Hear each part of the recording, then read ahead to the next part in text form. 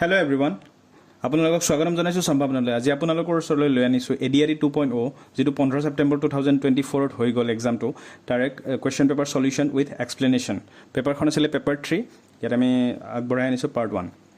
তো প্ৰথম question what was the capital of Ahom kingdom Ahom ৰাজ্যৰ শেষ ৰাজধানীখন what was the last capital of Ahom kingdom Ahom ৰাজ্যৰ শেষ ৰাজধানীখনৰ নাম কি আছিল অপচন দিয়া আছে চৰাইদেউ যোৰহাট ৰংপুৰ গড়গাঁও তো কাৰেক্ট আনসাৰ হৈছে যোৰহাট তো ইয়াৰ ইনফৰমেশন দিছো the capital of Ahom kingdoms namely প্ৰথমখন আছিল চৰাইদেউ সৰাগুৱা দেন গড়গাঁও ৰংপুৰ আৰু লাষ্ট অথবা অন্তিম অথবা 5 নম্বৰখন আছিল Jorhat Then, what was the name of Srimanta Shankardev's grandmother? Shankardevor আইতাকৰ নাম কি আছিল? তো যিবিলাকে শংকৰদেৱৰ বিষয়ে পঢ়িছে তেওঁলোকে নিশ্চয় এইটো কোৱেশ্চন কৰিব পাৰিছে তো কাৰেক্ট আনসাৰ হৈছে খেৰহুতি Then, who was known as the Lion of Mysore? কোন গৰাকী ব্যক্তিক মহীশূৰৰ সিংহ Lion of Mysore বুলি জনা যায়? অপচন দিয়া আছে আদিল শাহ হায়দাৰ আলী, কৃষ্ণৰাজ ৱাদিয়াৰ, টিপু সুলতান। তো কাৰেক্ট আনসাৰ হৈছে Tipu Sultan, the Lion of Mysore। তেখেতে গৰাকী বীৰ আছিল। Which state of India has Jallianwala Bagh? তো তলত দিয়া কোনখন ৰাজ্যত Jallianwala Bagh খন আছে Jallianwala Bagh এটা বহুত ফেমাস ইনসিডেন্ট এটা হৈছিল এটো যেটো 1919 চনত হৈছিল বহু গৰাকী নিৰীহ ভাৰতীয়ৰ ওপৰত ব্ৰিটিছে গুলি চালনা কৰিছিল আৰু এটো হৈছে Jallianwala Baghৰ মেমৰিয়েল আৰু এটো অৱস্থিত আছে পঞ্জাবত Then which of the following countries was a part of Axis group during World War II? তো দ্বিতীয় বিশ্বযুদ্ধৰ সময়ত কোনখন দেশ Axis গোটৰ অংশ আছিল দ্বিতীয় বিশ্বযুদ্ধ হৈছিল দুটা পাৱাৰৰ মাজত এক্সিস পাৱাৰ আৰু এটা হৈছে আপোনালোকৰ এলাইড পাৱাৰ্স তো এক্সিস পাৱাৰটো লিড কৰি আছিল জাৰ্মানী ইটালী আৰু জাপান তো অপচন আছে জাপান তো correct answer will be Japan আৰু ইনফৰমেশন জানি থক এলাইড পাৱাৰ্সটো লিড কৰি আছিল Great Britain the US and the Soviet Union Then the ruins of Angkor Wat in which country? Angkor Wat এটা মন্দিৰ হয় সেই মন্দিৰটো ধ্বংসাৱশেষ কোনখন দেশত অৱস্থিত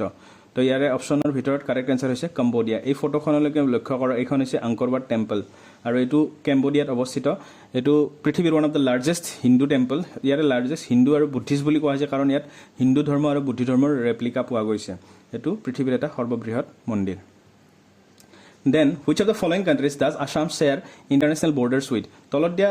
দেশবিলাকৰ ভিতৰত কোনখন দেশে অসমৰ লগত চাৰিসীমা শেয়াৰ কৰি আছে তো আপোনালোকক এটো কোৱেশ্চন আগতেও মই দিছো মোৰ প্ৰিভিয়াস ভিডিওছ বিলাকত তো তাৰ কাৰণে আপুনি মেপখন চাওক এই মেপখনৰ এইখন হৈছে ভুটান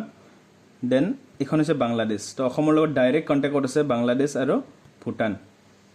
বাংলাদেশ এণ্ড ভুটান তো অপচনত আছে ভুটান চীন বাংলাদেশ ভুটান মিয়ানমাৰ আৰু বাংলাদেশ কাৰেক্ট আনসাৰ বাংলাদেশ আৰু ভুটান এইবিলাক কোৱেশ্চনৰ কাৰণে মেপ চাব লাগিব বুলি কোনো কথা নাই কাৰণ আপোনালোকে নিশ্চয় শুনি থাকে যে বাংলাদেশী অনুপ্ৰৱেশকাৰীসকল অসমত প্ৰৱেশ কৰি আছে কাৰণ বৰ্ডাৰটো যেহেতু ডাইৰেক্টলি কানেক্ট হৈ আছে দেন আপোনালোকে আৰু বহুত মানুহে অসমৰ তেওঁলোকে কি কয় প্ৰথম ফৰেইন ট্ৰিপ যেটো প্ৰথম বিদেশ ভ্ৰমণ ভুটানে হয় কাৰণ ভুটানখন একেবাৰে ওচৰত তো correct answer Bangladesh and Bhutan Then next question if an airplane is flying directly from Chennai towards Guwahati in which direction is it flying তো কৈছে যে কোনবা এখন বিমান সাপোজ চেন্নাইৰ পৰা পোনপটীয়া গুৱাহাটীলৈকে আহিছে তেতিয়া হলে বিমানখন কোন দিশত উৰা মাৰিছে বুলি ক'ব পাৰি তো তাৰ কাৰণে চাওক মেপ চাওক এইখন হৈছে তামিলনাডু ইয়াত আছে চেন্নাই এই চেন্নাইৰ পৰা আপোনালোকে সাপোজ উৰা মাৰি আহিছে আমাৰ অসমলৈকে গুৱাহাটী তো এইটো হৈছে সাউথ ডিৰেকশন আৰু আমাৰ এইখিনি হৈছে ইষ্ট তাৰ মানে কি দক্ষিণৰ পৰা আপোনালোকে পূবলৈকে আহিছে তো কাৰেক্ট আনসাৰ হ'ব from south to east দক্ষিণৰ পৰা পূবলৈ then what is the westernmost state of India মানে ভাৰতৰ পশ্চিমত থকা আটাইতকৈ পশ্চিমত থকা ৰাজ্যখনৰ নাম কি তো আপোনালোকে নিশ্চয় জানে এটো হৈছে উত্তৰ এটো হৈছে পূব এটো হৈছে দক্ষিণ আৰু এটো হৈছে পশ্চিম তো এই মেপখন চালে গম পাব এইটো হৈছে গুজৰাট এই গুজৰাটখন হৈছে একেবাৰে পশ্চিম অংশত থকা ৰাজ্য তো কাৰেক্ট আনসাৰ হৈছে আমাৰ গুজৰাট ৰাজস্থানৰ পশ্চিমত আছে কিন্তু ৰাজস্থানত কৰিও আৰু বেছি পশ্চিমত আছে আমাৰ Gujarat next which of the following peaks does not belong to the Himalayas তো তলত দিয়া শৃংগবিলাকৰ ভিতৰত কোনটো হিমালয়ত অৱস্থিত নহয় তো ইয়াৰ অপচনৰ ভিতৰত দিয়া কাৰেক্ট আনসাৰ হৈছে আন্নামুৰিটো হৈছে ওয়েষ্টাৰ্ণ ঘাট পৰ্বতত থকা শৃংগ আৰু এটো কি কোৱা হয় চাওক this is the highest peak in India outside the Himalayan Karakoram peak তাৰমানে হিমালয়ৰ বাহিৰে যেটো হাইয়েষ্ট পিক হয় সৰ্বোচ্চ যেটো হিমালয়ত অৱস্থিত নহয় হেতু হৈছে আন্নামুৰি আৰু নামটো আন্নামুৰি কাৰণ এটো এলিফেন্টৰ মূৰৰ নিচিনা এই কাৰণে নামটো হৈছে আন্নামুৰি আৰু ইয়াতে বহুত ধৰণৰ এলিফেন্ট পোৱা যায় The Great Barrier Reef is located in the seas near which continent? তো গ্ৰেট বেৰিয়াৰ ৰিফ যিটো আছে সেইটো তলত দিয়া কোনখন মহাদেশৰ কাষত অৱস্থিত তো গ্ৰেট বেৰিয়াৰ ৰিফ এইটো হৈছে অষ্ট্ৰেলিয়া এখন আৰু এইখিনি হৈছে আমাৰ গ্ৰেট বেৰিয়াৰ ৰিফ তো অষ্ট্ৰেলিয়াৰ ওচৰত অৱস্থিত কাৰেক্ট এনসাৰ হৈছে অষ্ট্ৰেলিয়া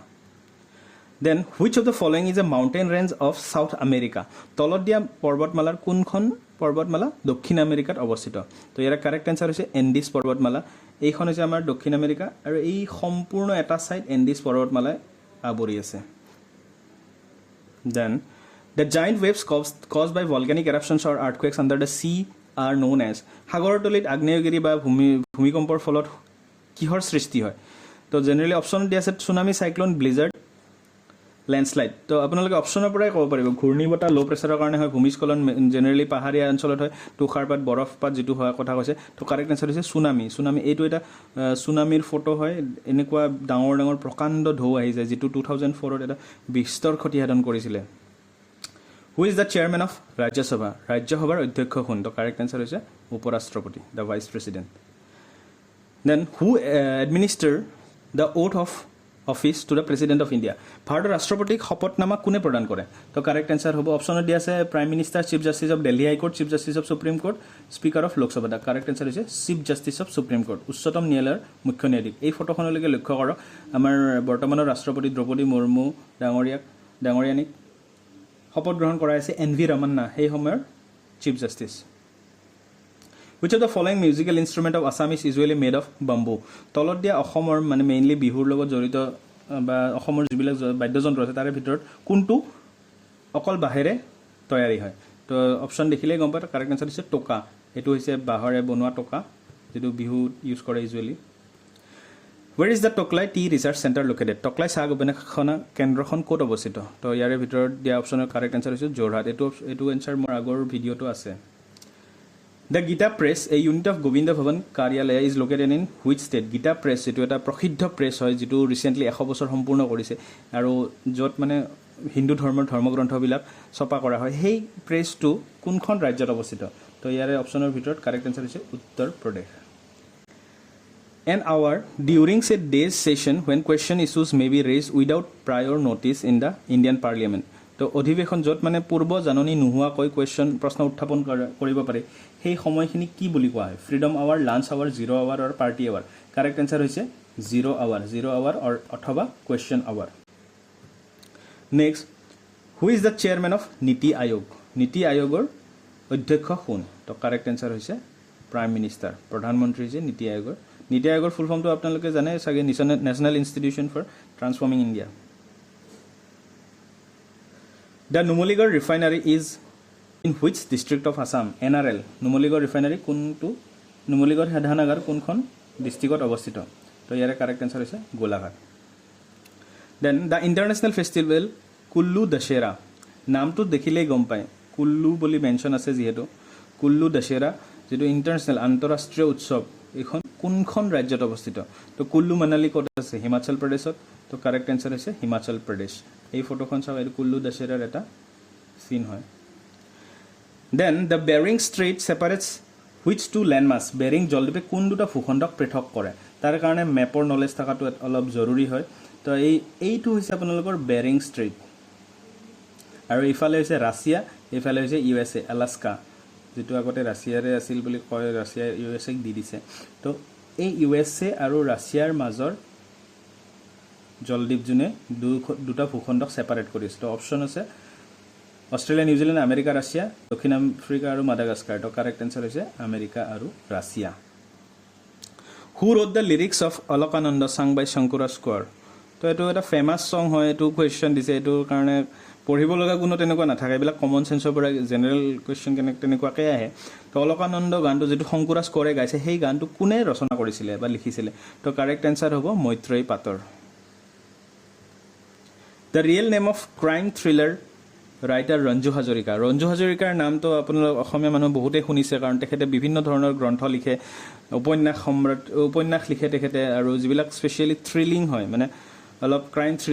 ক্ৰাইম ৰিলেটেড তো তেখেতৰ ৰঞ্জু হাজৰিকাৰ নামটো হৈছে পেন নেম একচুৱেলি কি হয় বহুত ৰাইটাৰে নিজৰ একচুৱেল নামেৰে নিলিখে তেখেতে পেন নেম এটা থাকে সেই নামটোৰে লিখে তো ছদ্মনাম বুলি ক'ব পাৰা তো তেখেতৰ সুধিছে অৰিজিনেল নামটো কি তো ইয়াৰ অপচনত দিয়াৰ পৰা আপোনালোকে নাজানিলেও এটা কমন সেন্স লগাব পাৰিলে হেতে যে কুমুদ চন্দ্ৰ হাজৰিকা যি হাজৰিকা এটাই আছে অপশনত তো আপোনালোকে এটো দিলেও কাৰেক্ট হৈ গল হেতেন তো কাৰেক্ট आंसर হৈছে Kumud Chandra Hazarika then next question who wrote the children's book শান্তশিষ্ট হৃষ্টপুষ্ট মহাদুষ্ট শান্তশিষ্ট হৃষ্টপুষ্ট মহাদুষ্ট কোনে ৰচনা কৰিছিলে এইখন হৈছে শান্তশিষ্ট হৃষ্টপুষ্ট মহাদুষ্ট আৰু এইখন ৰচনা কৰিছিলে ভবেন্দ্ৰনাথ শইকীয়া ডাঙৰীয়া Kanchipuram sari produce in which state Kanchipuram sari এটা প্ৰসিদ্ধ শাড়ী হয় এই শাড়ীবিলাক কোট প্ৰস্তুত কৰা হয় কোনখন ৰাজ্যত তো এটো হৈছে তামিলনাডু তো এইতে ফটো দিয়া আছে এইবিলাক হৈছে Kanchipuram sari who among the following was a famous painter তো এইবিলাক কোৱেশ্চন অলপ ট্ৰিকি হয় জুনে নাজানিলে কৰিবলৈ অলপ দিগদাৰ হয় তো ইয়াতে অপশন দিয়াৰ ভিতৰত কোনজন এগৰাকী প্ৰসিদ্ধ চিত্ৰশিল্পী আছিল তো কারেন্ট आंसर হৈছে Vincent van গগ Then, in which sport do Tanya Chaudhary and Nayanmani Shoikia from Assam represent India? তো Nayanmani Shoikia তেখেতে কমনৱেলথত গোল্ড লাভ কৰিছিলে তো কোনটো খেলৰ কাৰণে তো অপশন কাৰেক্ট आंसर হৈছে লন বলছ এই খেলটো এনেকুৱা এটা বল লৈ কিনে ঠেলি দিব লাগে কিবা টাৰ্গেট এটা দিয়া থাকে তো আপোনালোকে তাৰ বিষয়ে অলপমান ষ্টাডি কৰি ল'ব তো কাৰেক্ট आंसर হৈছে লন বলছ আইডেন্টিফাই দ্য বেডমিণ্টন প্লেয়াৰ তলত দিয়া অপশনৰ ভিতৰত কোনগৰাকী খেলুৱৈ বেডমিণ্টনৰ লগত জড়িত দীপা কৰ্মকাৰ পুলেলা গোপীচন্দ সানিয়া মিৰ্জা লিয়েণ্ডাৰ পেছ তো কাৰেক্ট आंसर হৈছে পুলেলা গোপীচন্দ এইটো হৈছে পুলেলা গোপীচন্দ তেখেতে আমাৰ প্ৰসিদ্ধ বেডমিণ্টন খেলুৱৈ সাইনা নেহৱাল আৰু আপোনাৰ পিভি সিন্ধু তেখেতসকলক প্ৰশিক্ষণ দিছিলে তো ইয়াৰ বাকি কেইটা অপশনৰ বিষয়ে আপোনালোকে জানি লোৱাটো দৰকাৰ দীপা কৰ্মকাৰ তেখেত জিমনাষ্টিকৰ লগত জড়িত সানিয়া মিৰ্জা তো সকলে জানে টেনিছৰ লগত জড়িত আৰু লিয়েণ্ডাৰ পেজো টেনিছৰ লগত জড়িত তো এইখিনি আছিল আমাৰ পাৰ্ট 1 আমি পাৰ্ট 2 লৈ আকৌ নিশ্চয় আহিম ধন্যবাদ